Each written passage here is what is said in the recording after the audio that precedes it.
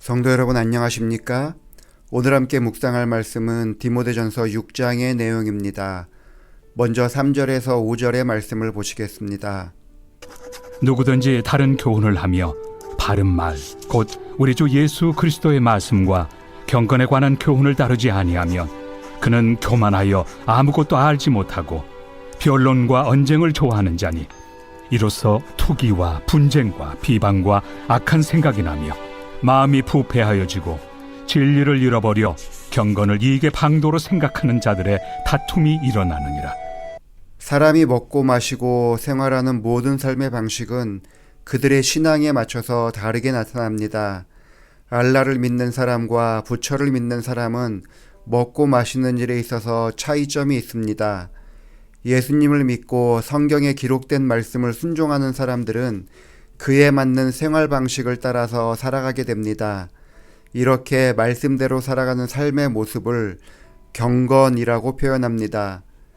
바울은 디모데에게 그리스도의 말씀과 경건에 관한 교훈을 따르지 않는 사람들을 조심하라고 경고합니다. 이 사람들은 하나님을 믿는다고 하면서도 말싸움을 좋아하고 그들의 교만함으로 인해서 다른 사람들과 투기와 분쟁을 일으킵니다.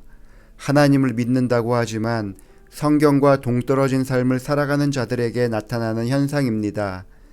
이들의 더 큰 문제는 5절의 말씀처럼 경건을 이익의 방도로 생각하는 것입니다.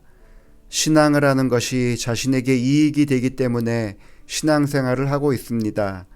교회에 나오면 밀가루를 얻어갈 수 있던 시절과 비슷합니다.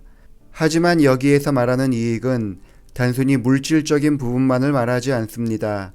교회 안에서 인정받고 싶은 욕망, 성도들에게 영향력을 행사하고 싶은 마음, 영적인 권위자로 보이고 싶은 욕망 등도 그들에게 이익이 되기 때문에 경건의 모습을 갖추고 있는 것입니다. 교회에서 직분을 맡고 봉사하는 것조차도 나에게 이익이 될 때에만 받아들이며 내가 더 헌신하거나 수고해야 하는 경우에는 그것을 거절하게 되는데 그것이 경건을 이익의 방법으로 사용할 때에 나타나는 현상입니다.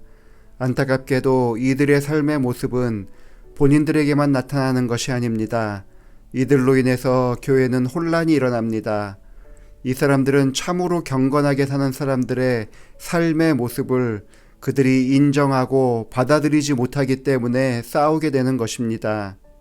기독교의 역사를 살펴보면 예수님을 믿고 따르는 경건한 사람들은 구원의 확신과 하나님의 놀라운 은혜를 감사하기 때문에 경건한 삶을 살아왔습니다. 그들에게 박해와 핍박이 찾아온다고 하더라도 경건의 삶을 포기하지 않았던 이유는 하나님께서 원하시는 삶을 살기 위함이었습니다. 참으로 경건한 사람들은 그들에게 이익이 주어지지 않는다 하더라도 하나님의 은혜를 더 많이 감사하며 살아왔습니다. 그래서 바울은 6절에서 다음과 같이 이야기합니다. 그러나 자족하는 마음이 있으면 경건은 큰 이익이 되느니라. 우리가 세상에 아무것도 가지고 온 것이 없으며 또한 아무것도 가지고 가지 못하리니 우리가 먹을 것과 입을 것이 있은즉 족한 줄로 알 것이니라. 하나님께서 주신 것을 감사하며 만족하는 사람들에게 경건은 큰 이익이 됨을 바울은 전하고 있습니다. 여기서 자족한다는 것은 단순히 스스로 만족한다는 말이 아닙니다. 절제하거나 욕망을 억누르는 금욕의 삶을 말하는 것도 아닙니다. 그것은 하나님께 받은 것으로 충분하다는 믿음, 그분의 공급하심과 인도하심이 내 삶에 가장 합당하다는 신뢰에서 비롯된 평안입니다. 자족은 감정이 아니라 믿음의 열매입니다.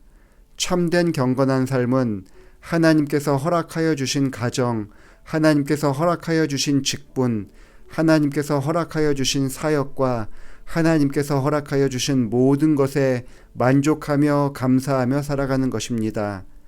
성경이 말하는 자족하는 삶은 우리로 하여금 믿음의 대상이 물질이 아니라 예수 그리스도임을 확인하며 살아가게 합니다. 세상을 추구하는 삶은 경건을 흉내내서라도 이익의 도구로 삼게 만들지만 복음은 이미 우리가 가진 것이 충분하다고 말하며 하나님을 신뢰하도록 인도하여 줍니다. 우리는 경건한 삶을 추구하는 사람들입니까? 아니면 경건을 이익의 방도로 사용하는 사람들입니까? 예수님을 믿기 때문에 그분이 원하시는 삶을 살아가는 사람들입니까? 아니면 교회에 나오고 예수님을 믿는 것이 나에게 어떤 이익이 있기 때문에 그렇게 나오는 것입니까? 하나님을 믿는 것이 세상으로부터 아무런 이익이 없을 수도 있습니다. 하지만 우리가 하나님을 주권자이며 공급자로 믿고 살아가게 된다면 더 이상 세상에 목마르지 않고 감사하며 살아가게 될 것입니다. 자족은 현실을 체념하는 것이 아니며 그 현실 속에서 하나님의 선하심을 신뢰하며 살아가는 자세이기 때문입니다. 오늘 하루의 삶에서도 우리에게 허락하신 것으로 인해 하나님께 감사한 인생을 살아가는 성도들이 되기를 바랍니다. 오늘 하루 경건한 삶을 살도록 인도해 주신 하나님께 감사하며 만족하며 살아가는 시간이 되기를 바라면서 말씀을 마칩니다. 기도하시겠습니다.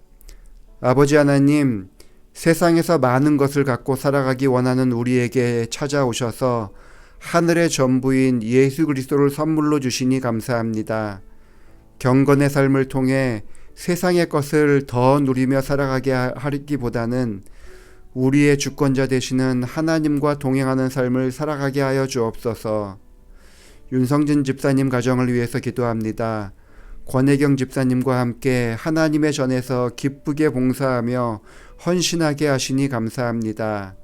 아들 현성이가 어린이 교회에서 신앙을 키울 때에 엄마 아빠의 모본을 따라 바르게 성장하며 주의 사업을 위한 일꾼으로 잘 자라나게 인도하여 주옵소서. 가족 모두가 주님의 뜻을 최우선으로 따르며 말씀에 순종하는 가정이 되게 하여 주옵소서.